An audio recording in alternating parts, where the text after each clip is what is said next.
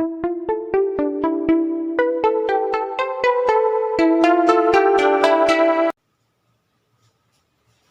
Friends, हमारे science classes YouTube channel पे आपका स्वागत है। आज हमारा साइंस का जो टॉपिक रहेगा वो रहेगा अम्ल, क्षार व लवण रहेगा। देखो, हमारे इस चैनल को ज्यादा से ज्यादा लाइक करो, ज्यादा से ज्यादा शेयर करो, सब्सक्राइब करो और हमारे इस वीडियो को अंत तक जरूर देखा करो। आपको बेसिक छोटी छोटी बातें आपको सीखने को मिलेंगी जो आगे कई कंपटीशन एग्जामों में वो काम आती है। हमारा जो टॉपिक है देखो वो क्या है, अम्ल। आज का रहेगा वो अम्ल, क्षार एवं लवण। हम बेसिक बातें पहले तो इनकी डेफिनेशन देखेंगे, क्या अम्ल होता है, क्या क्षार होता है, क्या लवण होता है।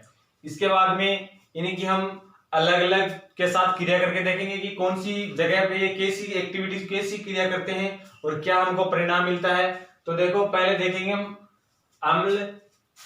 ये तो होता है एसिड, ये होता है बेस एंड सॉल्ट।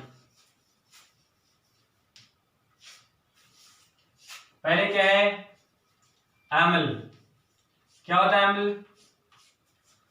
अम्ल होता है वो, देखो, स्वाद में टेस्ट करने पर तो क्या होते हैं, खट्टे होते हैं। और क्या कंडीशन होती है अम्ल की?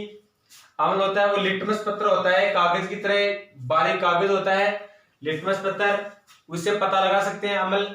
वो क्या करता है, अम्ल होता है वो लिटमस पत्र को क्या कर देता है, नीले रंग से लाल रंग का बना देता है। और अम्ल की और क्या पहचान होती है कि ये हाइड्रोजन आयन यानी H+ आयन देता है। देखो क्या होता है अम्ल, ये स्वाद में क्या होते हैं, ये स्वाद में खट्टे होते हैं, स्वाद में खट्टे होते हैं। और क्या होता है देखो अम्ल, ये नीले लिटमस पत्र को क्या कर देते हैं, नीले लिटमस पत्र को लाल कर देते हैं, लिटमस पत्र को लाल कर देते हैं, लाल कर देते हैं। और देखो अम्ल की और क्या पहचान होती है, कैसे पता लगा सकते हैं कि अम्ल होता है? अम्ल होता है वो क्या करता है, सदैव H+ आयन देता है, H+ आयन देता है। धातु होता है, अम्ल होता है वो धातु के साथ क्रिया करके क्या करता है, देखो धातु के ऊपर जंग लगना शुरू हो जाती है या फिर वो धातु क्या होती है, गलना शुरू हो जाती है। किसी धातु की यदि अम्ल के साथ क्रिया करवा दी जाती है तो वो धातु होता है वो क्या होता है, या तो गलने लग जाता है या फिर उस पर क्या होती है, जंग लगना शुरू हो जाती है। यानी धातु के साथ क्रिया करने पर, जंग लगना शुरू हो जाती है।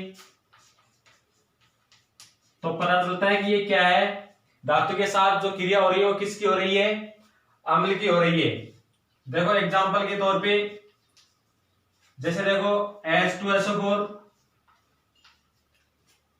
जैसे इसको बोलते हैं सल्फ्यूरिक अम्ल, सल्फ्यूरिक अम्ल। जैसे HCl, इसको बोलते हैं हाइड्रोक्लोरिक अम्ल।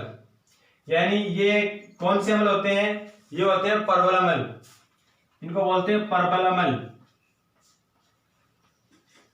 इसी तरह देखो एसिटिक अम्ल है, एसिटिक अम्ल जिसका सूत्र होता है CH3COOH, यानी इसको बोलते हैं एसिटिक एसिड, एसिटिक एसिड। इसी तरह देखो ऑक्जेलिक एसिड यानी C2H2O4, इसको ऐसे भी लिख सकते हैं, देखो HCOOCCOOH यानी एसिटिक एसिड। इसको बोलते हैं, इसको बोलेंगे ऑक्जेलिक एसिड। ये कौन से एसिड है, दुर्बल। कौन से हैं, दुर्बल।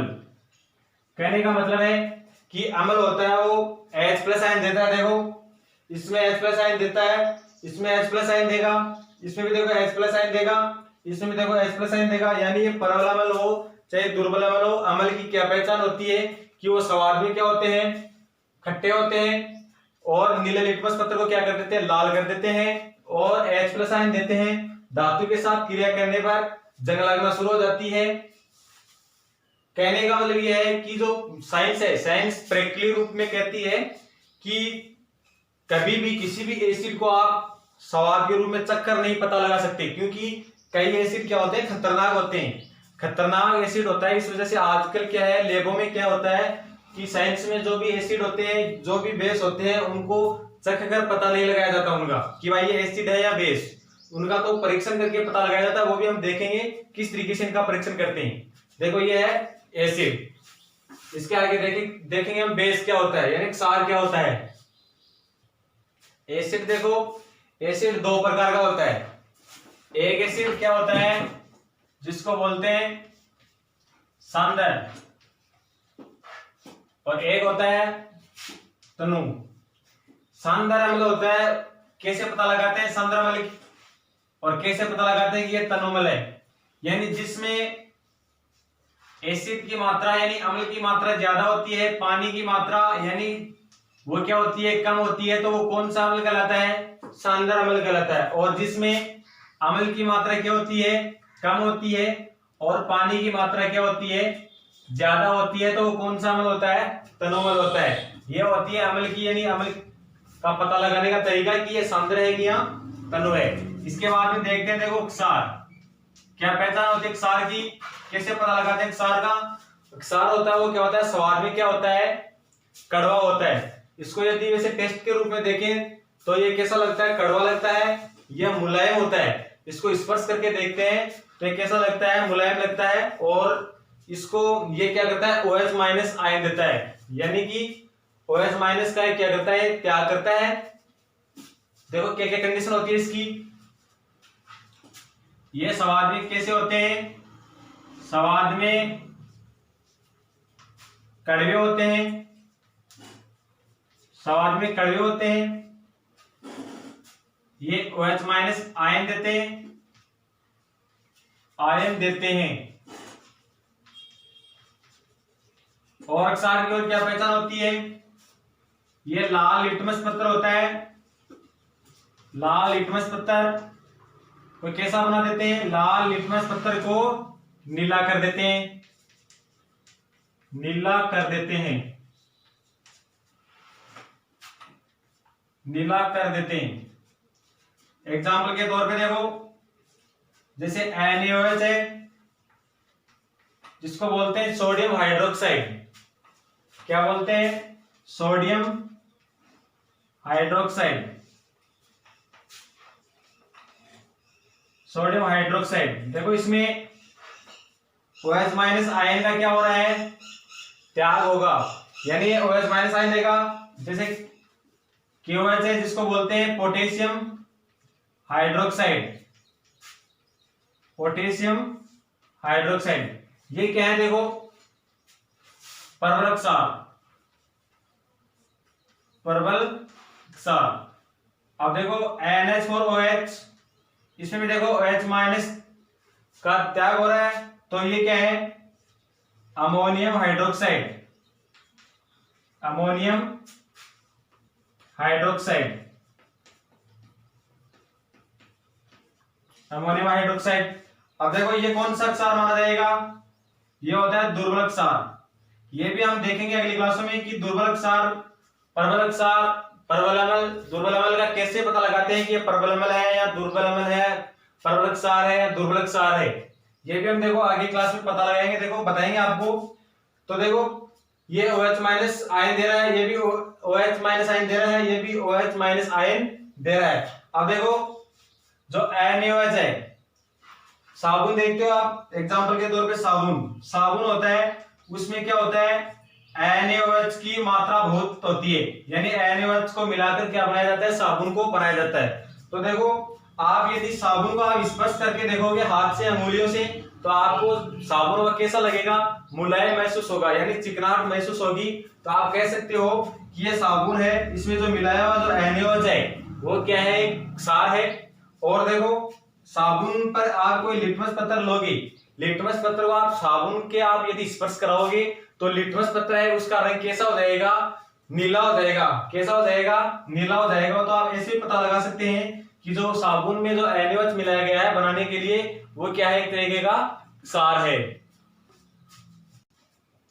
अब है देखो अम्ल और क्षार का पता लगाने के लिए कि भाई हमें जो दिया गया जो विलयन है वो अम्ल है या क्षार है, इसका पता लगाने के लिए हम आगे देखते हैं। देखो सूचक होता है, उसे पता लगाया जा सकता है कि ये अम्ल है या क्षार है। सूचक होता है, ये इंग्लिश में इसको बोला जाता है इंडिकेटर।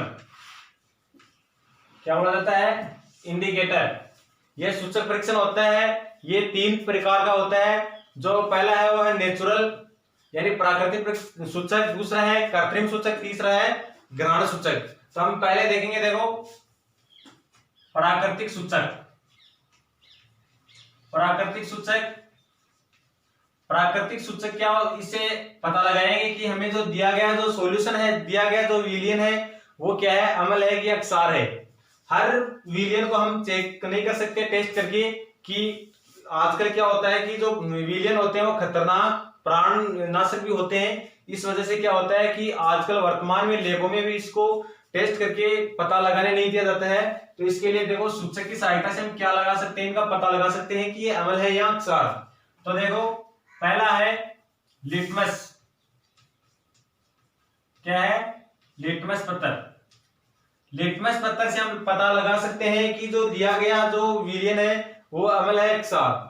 यदि आपको लिटमस पत्थर दे रखा है और लिटमस पत्थर दे रखा है, आपको यदि दिया गया अम्ल है, दिया गया सॉल्यूशन है वो क्या है, अम्ल है, तो देखो लिटमस पत्थर है, उसको आप यदि अम्ल के अंदर ले जाओगे या फिर अम्ल की उसके ऊपर आप बूंद डालोगे तो उसका रंग लिटमस पत्थर का कैसा हो जाएगा? लाल रंग हो जाएगा।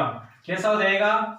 लाल रंग हो जाएगा। और यदि आप उसके ऊपर क्षार डाल रहे हो और उस लिटमस पत्थर का रंग कैसा हो रहा है? नीला हो रहा है, तो आप कह सकते हो कि दिया गया जो विलयन है वो क्या है? क्षार है। यानी आपको अम्ल और क्षार दे रखा है और लिटमस पत्थर दे रखा है, आपको पता लगाना है कि कौन सा अम्ल है कौन सा क्षार है।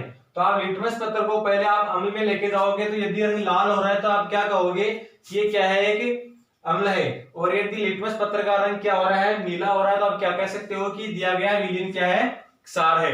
अब देखो दूसरा प्राकृतिक सूचक है वो क्या है? हल्दी। आप हल्दी से भी पता लगा सकते हो कि जो दिया गया जो विलयन है वो अम्ल है या क्षार। कैसे पता लगाएंगे? देखो सबसे पहले हम थोड़ी सी क्या लेंगे? हल्दी लेंगे और आप एक कागज लेंगे। कागज को लेके हल्दी में थोड़ा सा पानी मिला के उस कागज के ऊपर हम क्या लगा लेंगे? हल्दी लगा लेंगे। अब कागज के ऊपर हल्दी लगाने के बाद आपको जो दिया गया जो विलयन है, आपको जो दिया गया विलयन है उस कागज के ऊपर आप डालोगे या उस कागज को आप उस विलयन में डालोगे, तो यदि उसका रंग क्या हो रहा है? पीला का पीला ही रह रहा है। यदि उसका कोई रंग चेंज नहीं हो रहा है, हल्दी लगाए गए कागज को यदि आप अमल में लेके जा रहे हो और उस कागज का रंग यदि पीला का पीला ही है, तो आप कह सकते हो कि जो दिया गया विलयन है वो क्या है? अम्ल है। और यदि उसका रंग क्या हो रहा है? लाल हो रहा है, तो आप कह सकते हो कि जो दिया गया विलयन है वो क्या है? क्षार है। आप इस तरीके से क्या कर सकते हो? हल्दी से पता लगा सकते हो कि दिया गया जो विलयन है वो अम्ल है कि या क्षार है। आगे है देखो दूसरा सूचक है कृत्रिम सूचक, सिंथेटिक इंडिकेटर।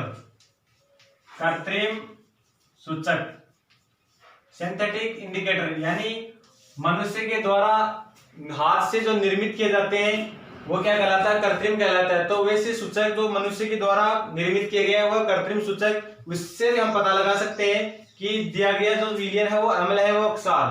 तो देखो सबसे पहले देखो अम्ल कोई विलयन दे रखा है और आपको इसे पता लगाना है कि ये दिया गया अम्ल है या फिर क्षार है। तो देखो पहले हम लिख के देखते हैं। सबसे पहले लेंगे हम कृत्रिम सूचक, ले लिया हमने मेथिल ऑरेंज। क्या ले लिया हमने?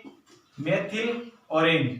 मेथिल ऑरेंज लेके हम यदि उस मेथिल ऑरेंज को जो दिया गया जो विलयन है और उस विलयन में आप मेथिल ऑरेंज को आप मिला के देखोगे, आप उसको घोल कर देखोगे, तो यदि आपको उसका रंग यदि पीला दिखाई दे रहा है, पीला दिखाई देगा, तो वो क्या माना जाएगा?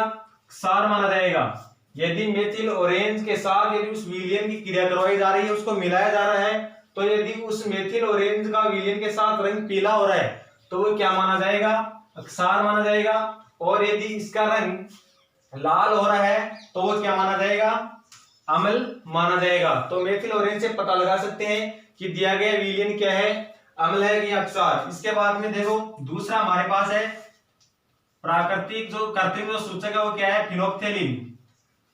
फिनोप्थेलिन लेंगे, उसी तरीके से देखो हम क्या करेंगे, दोबारा विलयन को लेंगे और फिनोप्थेलिन के साथ हम क्रिया करवा के देखेंगे कि यह अम्ल है कि क्षार, तो इसका पता लगाएंगे। तो देखो हमें कुछ भी रंग प्राप्त नहीं हो रहा है, यानी रंगहीन प्राप्त हो रहा है, तो हम कहेंगे कि ये क्या है, दिया गया विलयन है वो क्या है, एसिड है, एसिड है। और यदि इसका रंग बैंगनी हो रहा है तो हम क्या कहेंगे कि जो दिया गया जो विलयन है वो क्या है, क्षार है। इस तरीके से हम कृत्रिम सूचक से पता लगा सकते हैं कि दिया गया विलयन है वो एसिड प्रकृति का है या फिर बेस प्रकृति का है। इसे आगे देखो, आगे जो सूचक है वो क्या है, ऑल्फैक्टरी इंडिकेटर यानी घ्राण सूचक। घ्राण सूचक का मतलब है कि सूंघ कर भी हम पता लगा सकते हैं कि भाई ये एसिड है या फिर बेस। तो देखो पहले लेंगे हम जो सूचक है वो घ्राण सूचक लेंगे वनीला एसेंस। क्या लेंगे, वनीला एसेंस। हमको पता लगाना है कि जो दिया गया जो विलयन है वो अम्ल है या फिर क्षार। हम देखते हैं, देखो सबसे पहले वनीला एसेंस लेंगे, उसके ऊपर जो दिया गया जो हमें विलयन है उस विलयन के साथ उसकी यदि क्रिया करवाएंगे, वनीला एसेंस की यदि उसके साथ हम क्रिया करवाएंगे तो यदि हमें तीव्र गंध आ रही है, तीव्र गंध आ रही है तो हम कहेंगे कि क्या है, ये एक एसिड है। और यदि उसमें कोई गंध नहीं आ रही है क्रिया करवाने के बाद तो कहेंगे कि जो विलयन दे रखा है वो क्या है, क्षार है यानी नील है, यानी कोई भी गंध नहीं आ रही है। दूसरा देखो जो सूचक लेंगे घ्राण सूचक वो लेंगे हम क्लोव ऑयल। क्लोव ऑयल जिसको बोलते हैं लौंग तेल। क्या बोलते हैं, लौंग तेल।